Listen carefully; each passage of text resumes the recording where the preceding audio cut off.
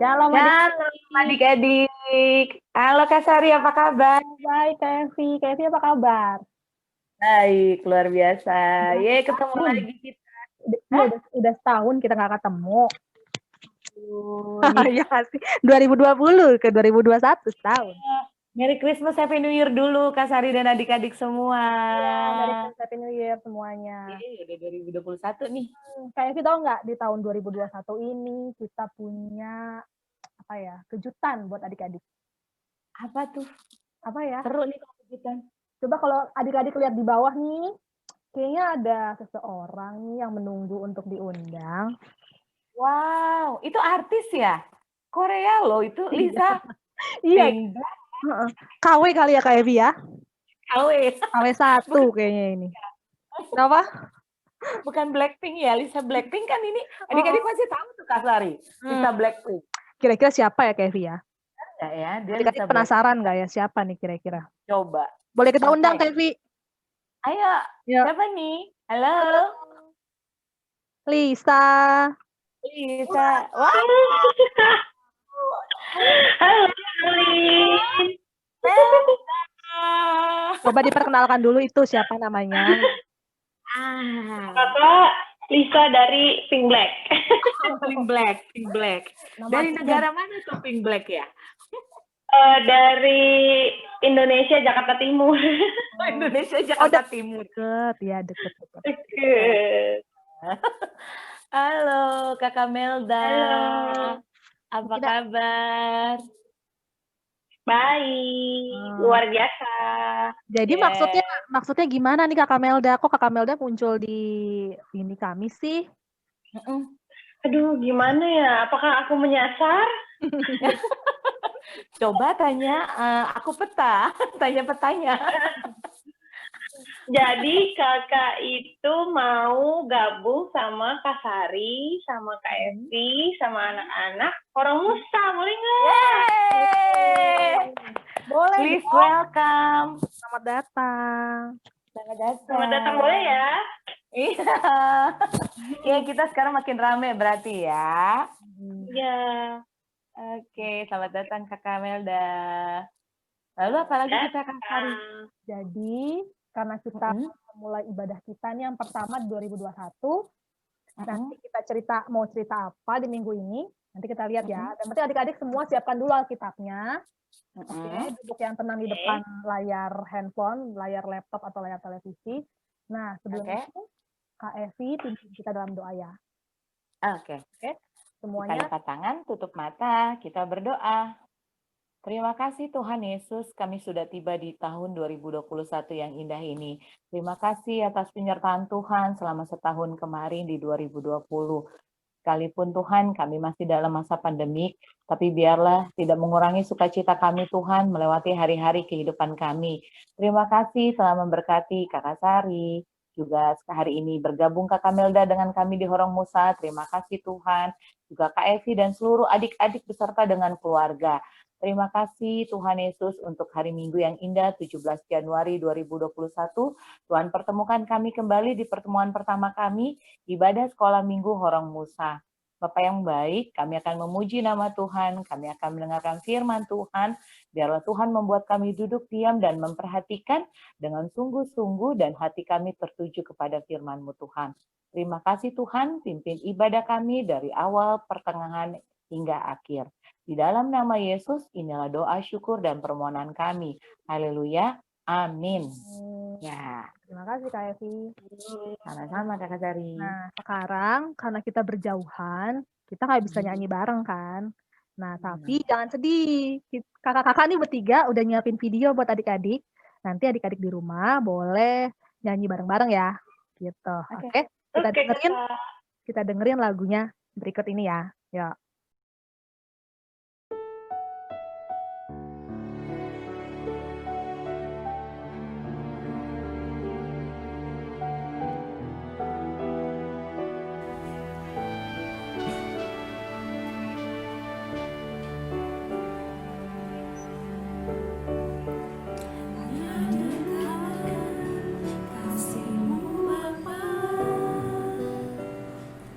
Jiwaku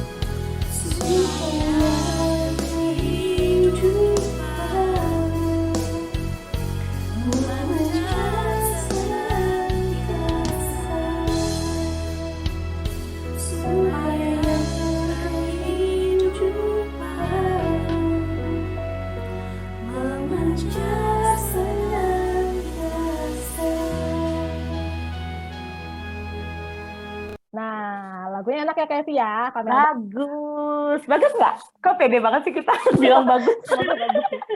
Semoga Adik-adik merdu. bagus nih, Pak. Gitu dong, apanya adik-adik? Iya, adik-adik bagus nggak? Kamilda coba tanyain adik-adiknya bagus nggak tuh?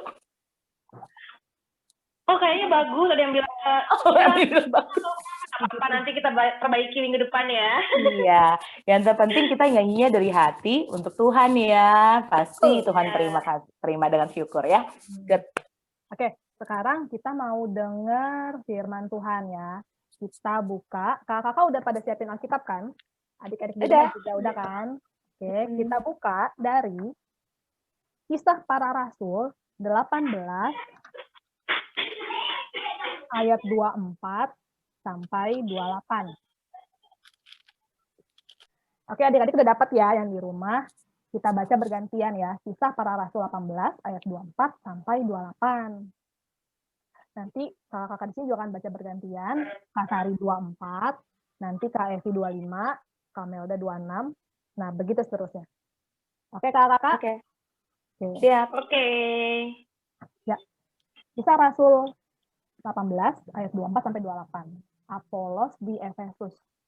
Sementara itu, datanglah ke Efesus seorang Yahudi bernama Apolos yang berasal dari Alexandria.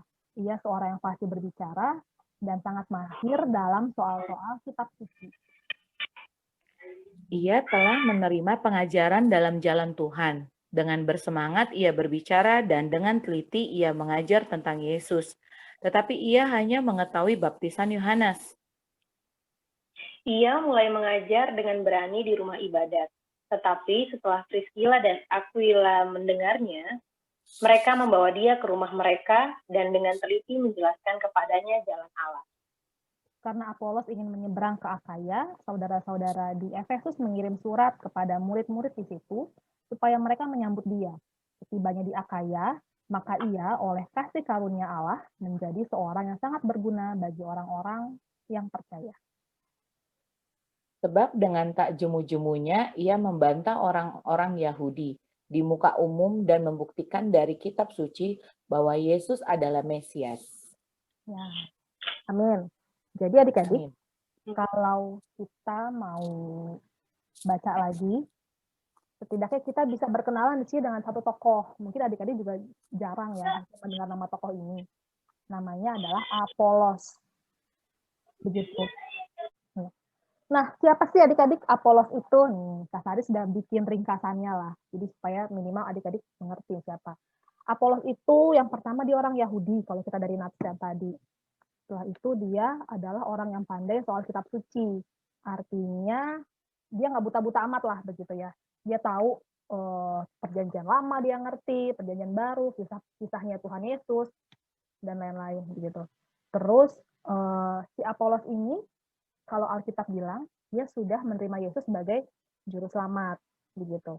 Terus satu hal lagi nih yang penting banget sebagai Apolos, sebagai pengkabar Injil adalah dia punya semangat yang tinggi dalam memberitakan Injil. Itulah sebabnya dia datang ke, tadi kotanya namanya apa tuh? Akaya ya. Gitu, untuk memberitakan Injil. Tapi ternyata kalau kita baca lagi adik-adik, di ayat 25, ya,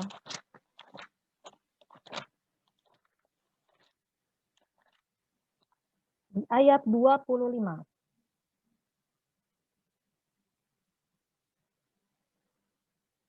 Ia hanya tahu tentang baptisan Yohanes, dibilang gitu. Baptisan Yohanes tuh kayak apa sih Kak Sari? Misalnya gitu. Adik-adik nanti bisa baca nih di Matius, misalnya nih ya, Matius 3 ayat 11. Kak Evi bisa bantuin Kak Sari nggak? Matius 3 ayat 11. Untuk kita tahu nih kira-kira apa sih baptisan Yohanes itu. Matius 3 ayat 11 ya. Ya. Oke. Aku membaptis kamu dengan air sebagai tanda pertobatan. Tetapi ia yang datang kemudian daripadaku lebih berkuasa daripadaku. Dan aku tidak layak melepaskan kasutnya. Ia akan membaptiskan kamu dengan Roh Kudus dan dengan api. Nah, iya. Jadi kira-kira kita bisa dapat dari ayat ini ya. Aku membaptis kamu dengan air sebagai tanda pertobatan. Ini dikatakan oleh si oleh Yohanes Pembaptis. Jadi memang kalau kita bisa mengartikan, baptisan Yohanes itu baptisan yang sebagai tanda pertobatan. Pertobatan itu apa sih? Kamelda bisa bantu kasari nggak? Pertobatan itu apa sih?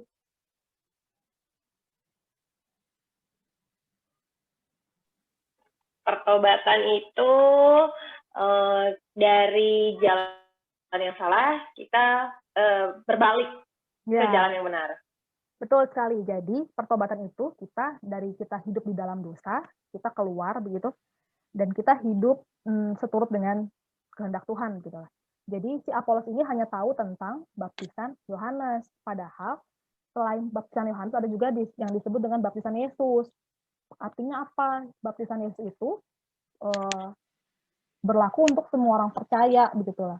Sebagai bentuk penerimaan kita sama juru selamat. Mau kita berdosa, mau kita nggak berdosa, mau kita sudah mengenal Tuhan atau belum mengenal Tuhan, tapi untuk baptisan Yesus semua orang berlaku gitu. Apalagi kalau di orang Yahudi zaman dulu itu ada pemikiran bahwa juru selamat itu hanya datang untuk orang Yahudi, orang non-Yahudi itu bukan tidak layak menerima penyelamatan gitu lah, kira-kira begitu. Gitu. Nah, si Apolos itu memahami itu. Tapi ternyata Tuhan tuh baik ya sama si Apolos ini. Dia pada akhirnya, ini di poin kita yang kedua, dia bertemu dengan Priscilla dan Aquila. Dua orang ini kalau adik-adik baca di sebelum-sebelumnya, itu dia mengenal Tuhan Yesus dari Paulus. Jadi ceritanya panjang lah. Pada akhirnya Paulus menginap di rumah mereka dan Paulus menginjili mereka sehingga mereka akhirnya pada akhirnya percaya sama Tuhan, kira-kira begitu. Nah, Priscilla dan Aquila ini, sepasang suami istri ini, pada akhirnya mereka menceritakan tentang jalan Allah pada Apolos. Jalan Allah itu kayak apa? Yang tadi kakak cerita gitu, misalnya Tuhan Yesus datang untuk semua orang, bukan hanya untuk orang Yahudi, tapi untuk semua orang, semua suku bangsa, baik yang sudah kenal maupun belum kenal Allah, begitu kira-kira. Pada akhirnya setelah mendapat pencerahan tuh, adik-adik, Apolos ini sangat bersuka cita begitu. Dia menerima pengajaran tersebut. Pada akhirnya dia kan seorang penginjil ya. Dia seorang penginjil pada ayat 27 ini kita melihat nih Apolos itu dia menyeberang ke Akhaya untuk melanjutkan penginjilannya dia. Di sana kalau kita baca tuh di ayat 27 dia bilang semua orang di sana menyambut dia. Pada akhirnya oleh karena kasih karunia Allah dia menjadi orang yang sangat berguna bagi orang-orang percaya. Kenapa sangat berguna? Oh ya, karena dia membuktikan, dia membantah orang-orang Yahudi di muka umum dan membuktikan bahwa kitab suci bahwa Yesus adalah Mesias gitu. Jadi dia benar-benar melakukan tugasnya sebagai seorang penginjil. Jadi apa sih yang bisa kita pelajari gitu? Kalau Kasari setidaknya punya 3 poin penting. Okay. Yang pertama, sangat penting untuk kita punya pemahaman yang baik tuh tentang siapa itu sih Yesus, siapa sih itu misalnya juru selamat, kenapa kita harus begini, kenapa kita harus begitu. Tadi kan si Apolos itu kan memang dia punya pemahaman yang Kasari nggak bilang salah, sih pemahaman yang masih kurang tepat gitulah ya. Gitu. Makanya sebagai orang Kristen yang sudah percaya tuh, yang sudah mengenal Yesus, menerima Yesus, kita juga harus mempunyai pemahaman yang betul. Dari mana sih pemahaman yang betul itu, Kak Evi? Yang dari firman Tuhan. Firman Tuhan. Dari Alkitab. Ya, kita dapat dari mana misalnya? Dari gereja, dari sekolah minggu ya. Sekolah minggu, terus pendeta mungkin gitu.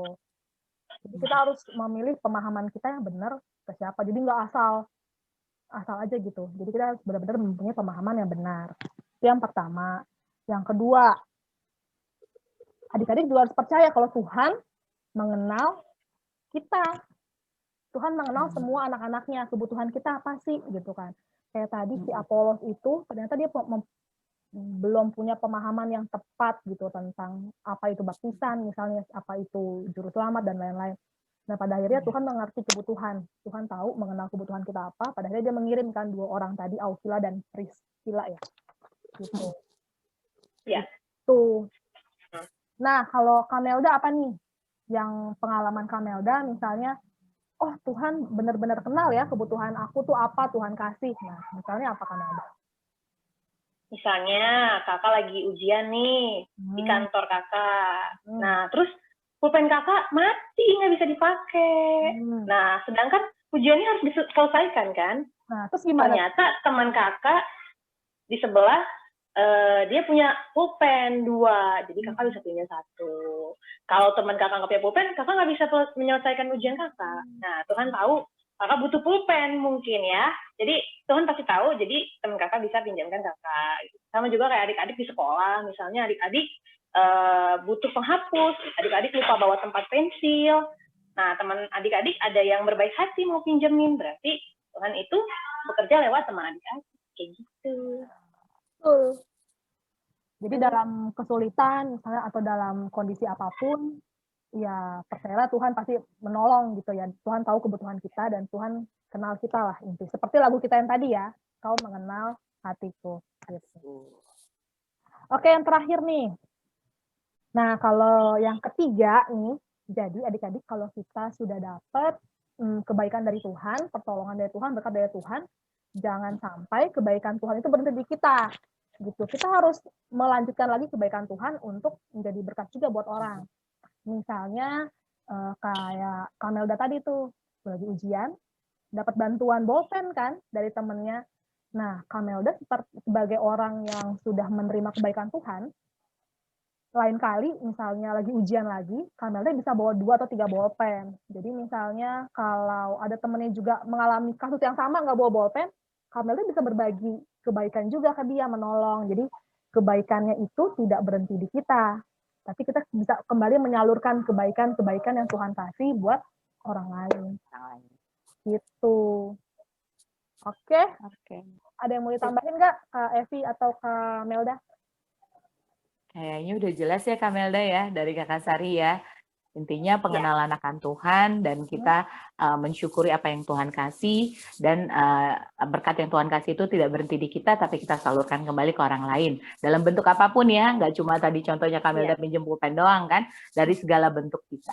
Jadi berkat. Jadi intinya diberkati untuk menjadi berkat juga ya. Nah, itu dia. Iya. Oke. Terus tugas ya. Udah lama nih nggak kasih tugas. Oke, Kakak. Iya. Oke. Sekarang tugasnya paling ditunggu nih. Ya benar. Tugasnya karena kita tahun baru. Tahun baru itu identik dengan apa ya? Kakak-kakak, ada yang tahu nggak? Trompet. Trompet. Selain Kan tahun baru. Target baru. Nah, target baru. Resolusi. Resolusi itu apa sih? Resolusi itu kayak sesuatu rencana yang ingin banget dicapai di tahun tersebut. Kayak kakak misalkan, resolusiku ingin turun 10 kilo gitu. Nah, kayak gitu ya. Kalau Kamelda apa resolusinya apa? Kalau Kamelda, kok hampir mirip ya. Mau turun 5 kilo. Sama ya enggak ya?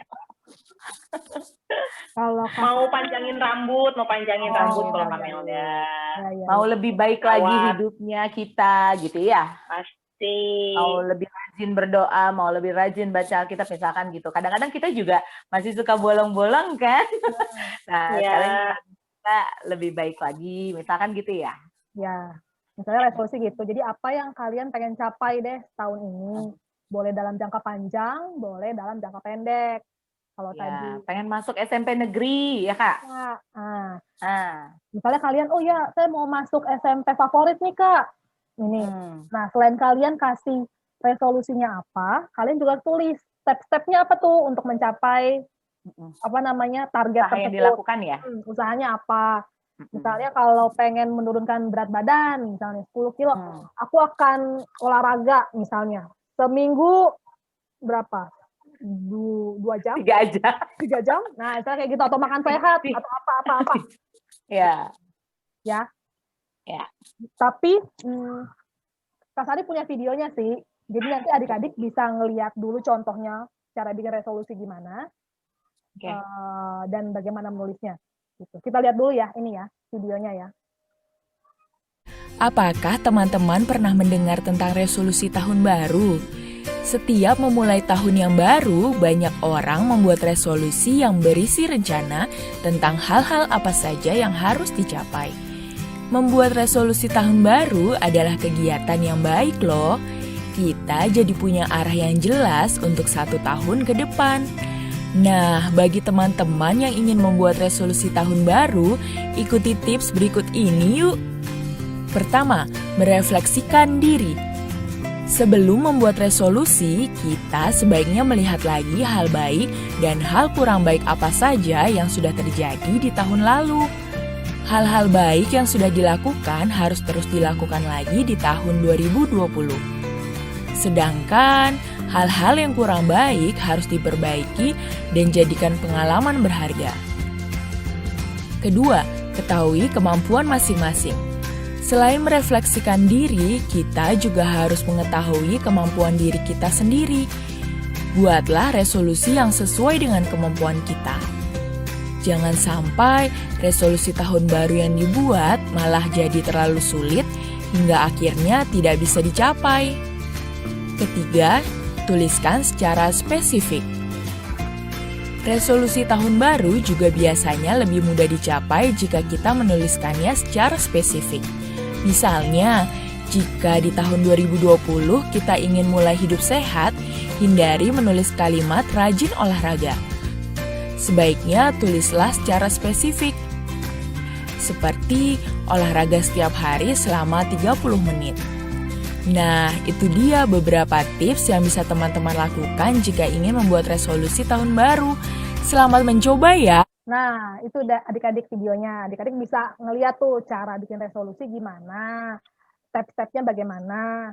Jadi nanti setelah adik-adik udah tahu, tulis di buku ya, di buku atau di kertas begitu ditulis. Setelah itu kalian bacain, mama papa memvideokan gitu ya. Jadi kakak-kakak semua di sini bisa tahu, oh misalnya siapa sih? Si Noah pengen masuk SMP favorit, atau Noah pengen bisa main biolanya makin pintar atau apalah. Jadi kita bisa tahu dan kita bisa doain sama-sama supaya semua rencana-rencana kita tahun baru ini bisa tercapai. Oke. Oke, Kakak. Oke ya. Kita tutup nih ibadahnya. Ya.